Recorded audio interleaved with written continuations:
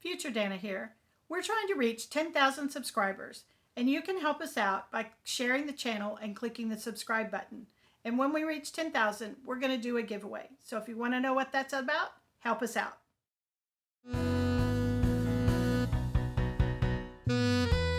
Hi, Dana here. Welcome to Sew Learn Create. I'm glad you joined us today. And if you notice, I've made t-shirts that say Sew Learn Create, and I made them for our Makerspace camp that we did in Colorado. If you'd like to see more about that camp, look at my shorts list, and there's several videos about that. And one of the projects that we made at Makerspace was a book sleeve. And you open it up, and it'll hold your physical book, but it is also big enough to hold a Kindle. So that's our project today. So let's get started. For today's project, the book sleeve, you're going to need the following products or pieces of stuff. For today's project, the book sleeve, you're going to need the following items. You're going to need fabric, and I'm using cotton fabric, and a polyester blend would work, but cotton is a little stronger, so that's what I like. And it's 8.5 by 10 inches. You're going to need 2 for your outer, 2 for your lining that are the same, 8.5 by 10.5, and then 1 for your pocket that is also 8.5 by 10.5. And those can be all the same fabrics, or they can be coordinating fabrics. You're going to need 2 pieces that are 2 inches by 8 inches for your tab. And then you're also going to need some polar fleece. And I use Fusible polar fleece, so it's got a glue stuff on the back. And that is also 8.5 by 10.5. And I will put all those sizes in the description. You're also going to need a snap kit. I got mine on Amazon, and it is for the closure up here. I'm using a plastic snap here, but you could also use a sew-in. And I have a video that tells you all about snaps, and I'll link that in the description also. So the first thing we're going to do is we're going to take our outer fabrics, and we're going to fuse our fleece to the back side. So I like to iron my piece, and then you want to make sure that it's on the back side of your fabric, and you put the bumpy or the glue side down. So I line it up, and then I always iron my fusible fleece from my cotton side of my fabric. And when you're ironing fusible fleece or adhering it, you want to put your iron in place, and I count to usually 4 or 5. Then you want to lift your iron, and you can see, I know it's hard on the camera, but it's indented here, and that means that it's fusing. You want to lift your iron and then move it. You don't want to iron back and forth, because that can make your fabric shift, and then it won't work. And this does take a little bit of time, and you just want to keep going until you get it all fused. And you want your iron on the cotton setting to fuse your fusible fleece.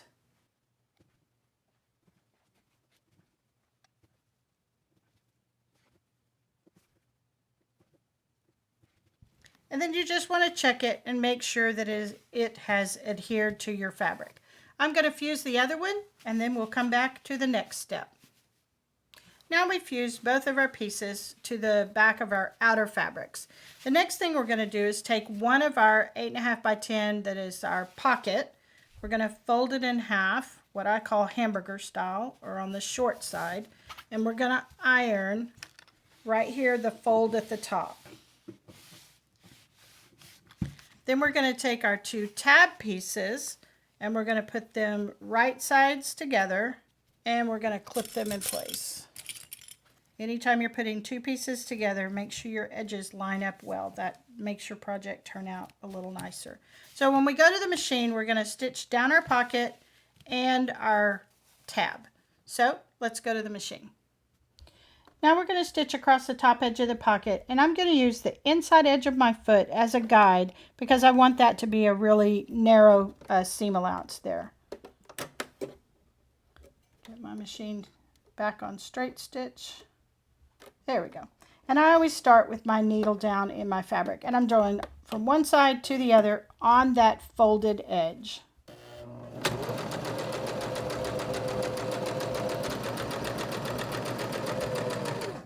Then I'm going to just add my tab. I'm not going to separate them to conserve a little bit of thread. And this is my full seam allowance, so I want that to be lined up with the outside edge of my foot.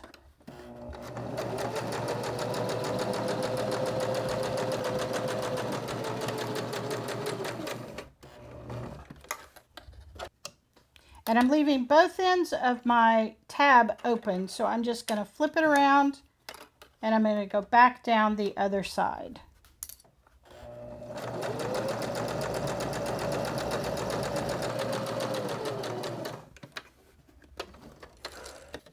Now we'll go back to the mat for the next step.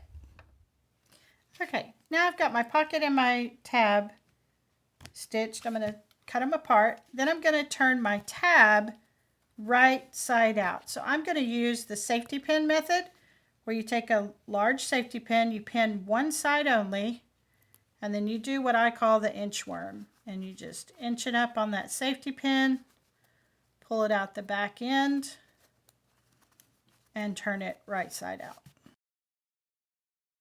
Then I'm going to take it, I'm going to roll those seams, and it helps them lay flat, because I want this tab to lay as flat as possible, because I'm going to stitch down both sides to make it to reinforce it a little bit. But before I do that, I want to take one end and I want to turn in the raw edges, and I'm going to iron it so that is nice and flat. Making sure that fabric turns in and is as even as possible. And I'm going to set that to the side, and we'll go to the machine in just a minute. I'm going to take my pocket next, and I'm going to fold it in half, and I'm going to press the center. And what I'm doing is I'm finding the center of that pocket, because when I attach it, I want to sew down that center line and give myself 2 pockets on my book sleeve. Then I'm going to take my front piece and I'm going to just lightly press so I can kind of find the center, making sure that my pocket lines up well.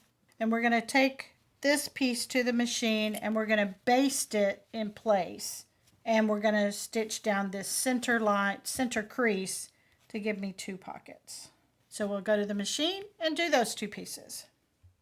Now we're going to stitch our tab, and I want this to also be a top stitch, so I'm going to use the inside edge of my foot. I'm going to start here at the top, go all the way down across that folded edge that I turned under, and back up to the other end, leaving this end completely open.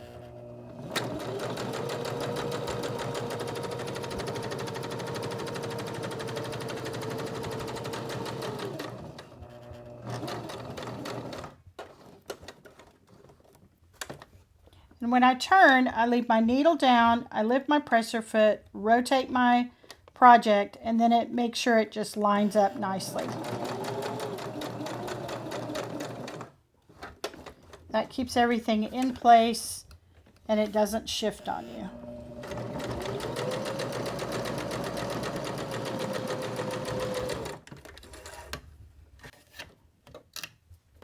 And now our tab is ready to attach. Next, we're going to baste our pocket in place. And again, when I'm basting or top stitching, I always use the inside edge of my foot, because I don't want this stitching to show when I put my project together. So we're going to start here at the top of the pocket, go all the way around to the other side.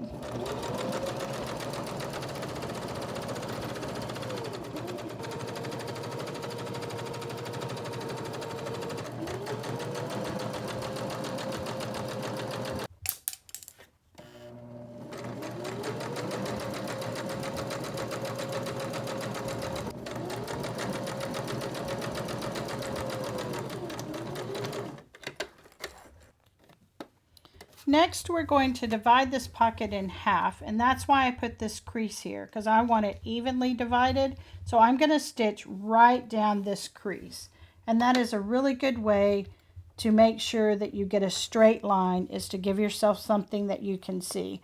I'm going to start here at the top. I'm going to stitch a little bit, then I'm going to back stitch to reinforce it right at the top, because that's where all your stress is when you have a pocket. I'm going to stitch a little bit, going to back stitch going all the way off that pocket edge and then go back all the way down.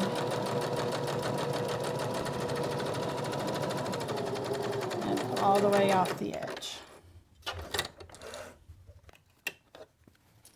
The next thing we're going to do is we're going to take our tab and we're going to attach it to the top, or baste it in place to the top center of our back of our book sleeve.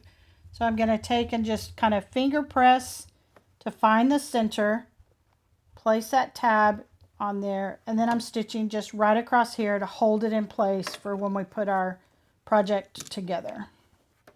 Again, I'm basting, so I'm using the inside edge of my foot.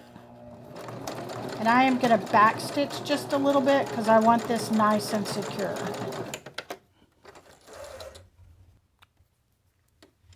Then the last thing we're going to do here at the machine right now is we're going to take our lining pieces and we're going to put right side to right side. I'm going to attach one to the back of my project and clip it in place.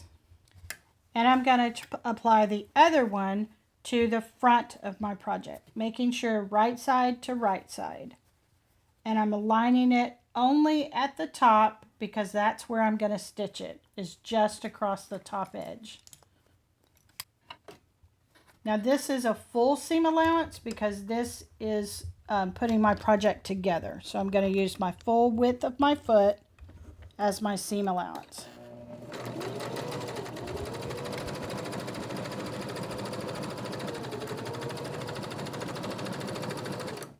And I'm going to chain piece my 2 units together. So I'm going to just go a little forward. I'm going to lift my presser foot slightly, slide my second one in there, put my needle down, and keep going.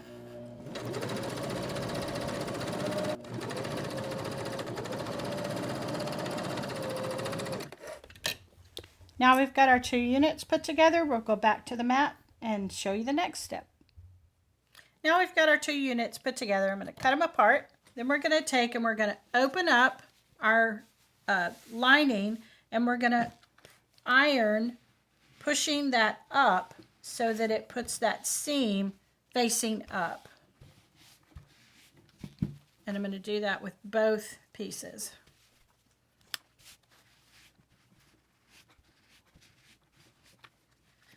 And I'm going to go ahead and iron this because it's a little wrinkled there. The next step is to put our whole unit together. So we're going to line up our front and back together and our 2 linings. And we're going to stitch all the way around, leaving an opening right here at the top, or at the bottom, which will be the bottom of our lining. And I'm going to use my red and green clip.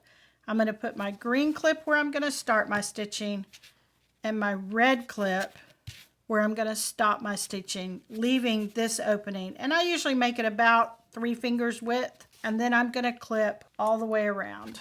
I'm going to clip the top, and then I like to take and line up my seams here on the side before I clip anything else. So I'm going to line up that side because this is the part where if these aren't lined up, it'll really show in the finished project. I'm going to line those up well. And then I like to go to the bottom and line up those edges and then clip my sides. I found for me that tends to make my project line up a little better, and it works. But you can clip it however works for you. And then for my other sides, I just don't use a red or a green clip to keep myself on track with my opening right up here at the top. All right, we're going to go to the machine and stitch all the way around, and then we'll come back and turn it. Now we're going to stitch all the way around, starting here at our green clip. And this is our putting our project together, so we are using our full seam allowance.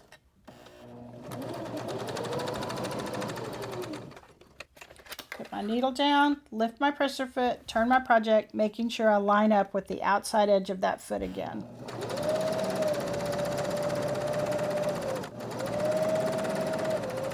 Then right here at this seam, I'm going to remove that clip, but I put my finger there to make sure that those don't shift and misalign.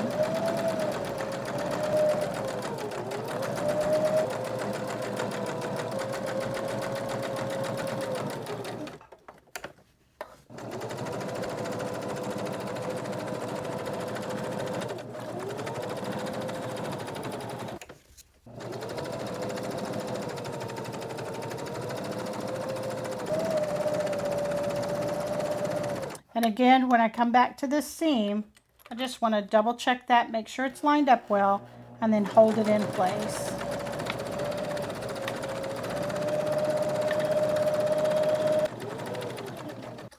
This is my last turn, and here's my red clip. So I just removed my red clip, put my finger there, reminding myself that I've got to leave this opening. Now we'll go back to the mat and turn it right side out. Before we turn our project right side out, I always like to flip my project over and make sure I caught all of my fabric. And then we're also going to clip our corners to reduce the bulk. So you're going to clip it on the diagonal, making sure that you're not anywhere close to that stitching because you don't want to cut your stitching. And I'm going to do that on all 4 corners.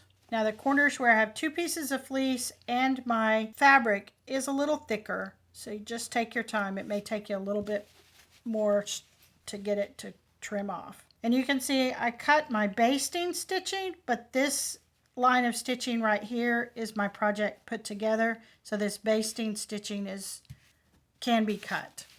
Then I'm going to take and I'm going to turn it right side out. I like to go all the way to the bottom, find one corner, kind of poke it through my hole, and then pull it out gently. And you don't want to tug too much because you want to make sure that you don't rip out any of your stitches. So just take your time and turn it right side out.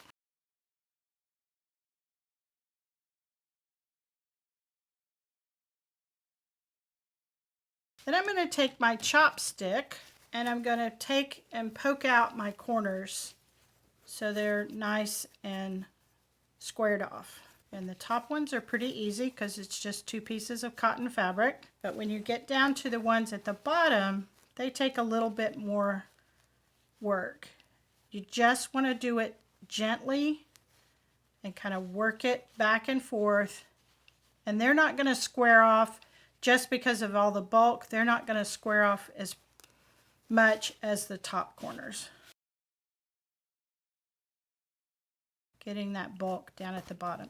And then I run my chopstick down my seams, especially on the fleece part, and it does make that seam kind of lay flat before I iron it.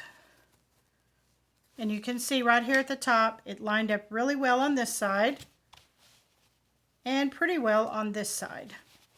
So the next thing we're going to do is we're going to take our lining, and it naturally kind of turns in, and I want to iron that to where that opening, the edges are turned in. And we are going to stitch across that to close it up on the machine because no one will see that because it'll be inside your book sleeve. Before I go back to the machine, I'm going to take my lining, I'm going to put a clip there, hold that. I'm going to take my lining and I'm going to push it down inside my book sleeve because I want to iron it where it's flat here at the top before I go to the machine. So then I can do all of that in one step. Now, you could, at this point, you could make a design opportunity and you could leave a little bit of that lining showing and have the green edge, or you can push it all the way down and just have your outer fabrics. And I think that's what I'm going to do, just my outer fabrics. And you want to take your iron and you want to go from the top and just kind of push it down into your book sleeve, rotate it, making sure everything lays flat when you're pressing it. And by pressing it, it just helps it get in the right place for when you stitch it.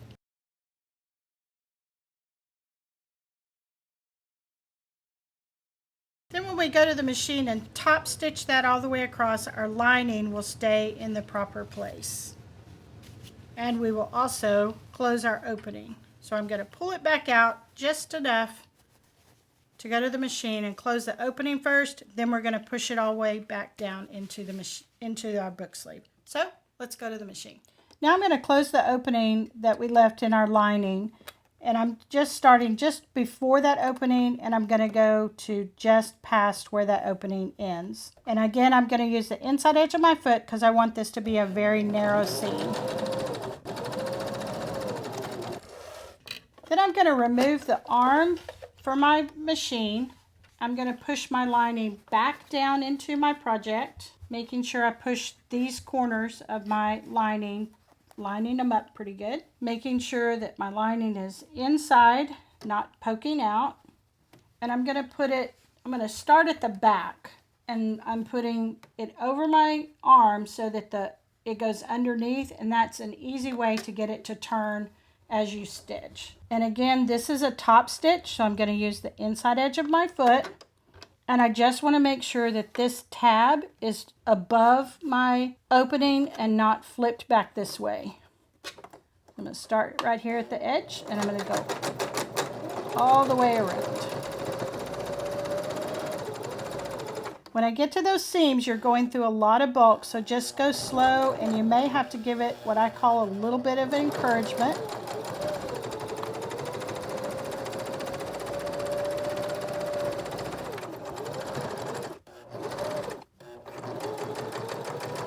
And then when I get back here, I'm just going to cross that stitching a little bit and back stitch to secure it all in place. Then I'm going to go back to the mat and add my snap, and I'll show you the finished project. Now I've added my snap, and if you need to know how to do that, the link for a video on how to put on a plastic snap or even a sew-on snap is in the description. Now you will notice that I left my tab a little bit taller, and that is so that when you put a bigger book in there, it's got room to expand. If you put it way down low here, then you would not have as much room for it to expand. So if you need to know how to do that, the link will be in the description. You could also put Velcro there if you wanted to instead of a snap. And if you stay till the very end, we're going to have pictures of some of the book sleeves that the kids made at the Makerspace camp, and our project is complete. I hope you liked today's project, the book sleeve, and remember, it'll hold a book or a tablet. So see you in the next one.